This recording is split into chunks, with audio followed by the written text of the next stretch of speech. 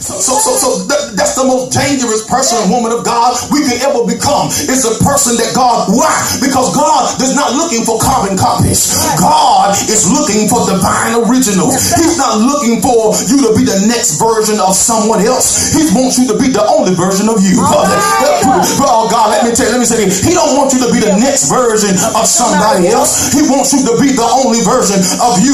That's why he said every part shall supply to the whole. He didn't make you be like everybody else. He didn't want you to be like everybody else. He didn't desire you to be like everybody. That's why he said every part.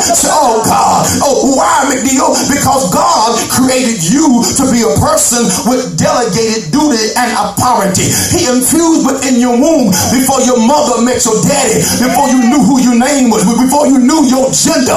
God put everything in you for you to be the person he called you to be, and he understood there was going to be conflict. He understood there was going to be chaos. He understood there was going to be questions. He understood that there was going to be pain, but those were the necessary ingredients for you to be the impactful person he called you to be. Because you can't help me until first of all I see that God helped you. You can't tell me how to come out and you ain't never been in. No. You can't give me somebody else's testimony. God want to give you your own testimony. He wants you to know yourself. I can bring you out just like I did her, because with me there is no respect of persons. Jesus. This is why the psalmist said it well. He summed it up well. He says, I will praise you in Psalms 139 and verse number 1.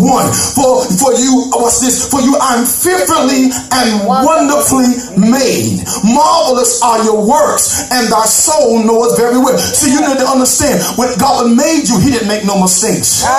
You may have made some mistakes, but God didn't make no mistakes. And can I tell you, even though you made mistakes, it was your mistakes that made you. It taught you not to do this. It taught you not to do this. It taught you how to watch out for this person, how to watch out for that person, how to be able to evaluate them better. How to be able to say, no, I made some dumb decisions then, but Lord, I learned my lesson. I went through it then. No. I'm not going to be manipulated by your smile. I'm not going to be manipulated by your fast talking, because I learned my lesson. God has a way of taking you through a situation, circumstance where he'll know how to put a bearing on your hind parts. You do understand? But God will do this. He'll put something on you to the point he'll run you back to your purpose. He'll let you do what you think to be right for a while. But whenever God said, I'll put a timetable on this now, I'll put an end to this now, I'll let you go as far as you want to go until I say it's over now. Now I got to knows how to create a situation to run you right back to your purpose. Go ahead. So David, he had to fight for his family. He had to fight for his focus. He even had to fight for his future. Even though David was resilient, he always had to contend with all types of resistance. And the resistance was the afflictions that were intended to develop him for his assignment. So he goes to Adullam, and the word Adullam really means a place of security. Jesus. Wow. Jesus. So David retreats to what he believes to be a place of security, because he's trying to preserve his sanity. You ever been in that place where you say, like, God, I can't take no more, because after I take another hit, I don't know how I respond. I'm not even over this yet, and I'm just dealing with this level of warfare, and now I gotta face another demon. I gotta face another devil. I gotta face another dilemma, and I'm not really out of that yet. I gotta face another pain. God, I ain't even out of this right yet. I just need a place where I can feel safe and preserve my sanity. David had to deal with tremendous times of testing and trepidation, and it would appear to many that David is running from the responsibility of his reign. But really all David is doing is resting, listen now, from his warfare and his ridicule. It would appear to some people that you're running from them, but really, if they really know you, all you want is a breather. God, just let me catch my breath. I'm dealing with my husband, I'm dealing with my children, I'm dealing with my wife, I'm dealing with my family, I'm dealing with folk on the job, folk in my community. Lord, with all this warfare, all I I need, like the woman said on the commercial, God, give me a countdown moment. Just take me away. That's all I need. Just give me a moment to get myself together. Because the moment I get myself together, then I can be refreshed, and then I can be refocused, and then I can reevaluate, and then I can reassess, then I can recalculate my maneuvers. But Lord, when I'm dismembered, when I'm frustrated, they ain't gonna get you. All they gonna get is me. So David is running, not because he's running from the reign of responsibility, but if you look deeper, David really is running from the warfare and the ridicule. He's looking for a place I can get rest. Can I tell you, just because a person didn't say it, don't mean they don't see it. This become, oh God, could it be they just want to rest?